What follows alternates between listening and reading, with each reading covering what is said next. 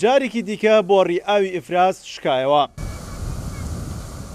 شکانی بۆڕی ئاوی ئیفراز ئەم جارە بەهۆی کارکردنی کۆمپانیایەکی هێڵی گواستنەوەی ئەنتەرنێت بووە بۆ یەکێک لە گوندەکانی دەوروبەری شاری هەولێر کە بەهۆیەوە ژمارەیەکی زۆر لە گەڕەکەکانی شاری هەولێر بێ ئاو دەبن.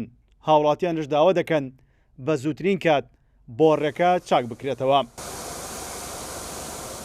حەقوایە بە زووترین کات چاک بکرێت لەبەرەوەی خەرکی هەولێرێ برێنەری گەرمایە خەرک بێ ئاوە دەبی زوو بە زووترین کات چاک بکرێتن. ئەوە زۆر تەسیریە لەو خەرکی هەولێرێ. کەس ناهاتێ کەس نەیگوتێ مارشی لە چێە ئێستا لەوانی دەتەنکەر ئاو بە احتیادی ڕۆی ئەوە 2 سەعاتە تەقیە. خەتی هێلی ئەنتەرنێت دەڕاتێشن بۆ ناو گوندەکەی بەرخشتر ئەوەیە تەقاندویتی و کارەکەیەوەیە. هەر سەبارەت بە شکانی بۆڕی ئاوی ئیفرازیەک بەڕێوەبەری ئاوی هەرێم ئاماژەبەوە دەکات بەهۆیەوە بۆ ماوەی 24 سەعات 8% گەڕەکەکانی هەولێر بێ ئاو دەبن.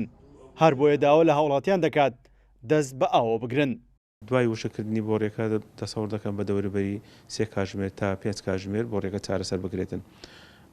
کۆی پرۆسەکە لە نێوان 12 کاتژمێر تا 24 کاتژمێر دەخانێتن بە جێرە ئەحتما دەکاتە سەر وشەکردنی یان بەتارکردنی ئەو ئاوەی کە لەناو بۆڕێکە هەیە تاکو تێمەکان یان بابەتی چاکردنەوە بکەیتەوە بواری جێبەجێکردنەوە. نزیکەی 35 تا 40% ئاوی پارێزگای هەولێر لە ڕێگەی بۆڕی ئاوی ئیفرازە و دابین دەکرێت. تا ئێستش بە هۆکاری جیا نزیکەی 20 جار ئەو بۆڕیە شکاوە. بەهۆیەوە ژمارەیەک لە گەڕەکەکانی هەولێر بۆ ماوەی چەند ڕۆژێک بێ ئاو ماونەتەوە.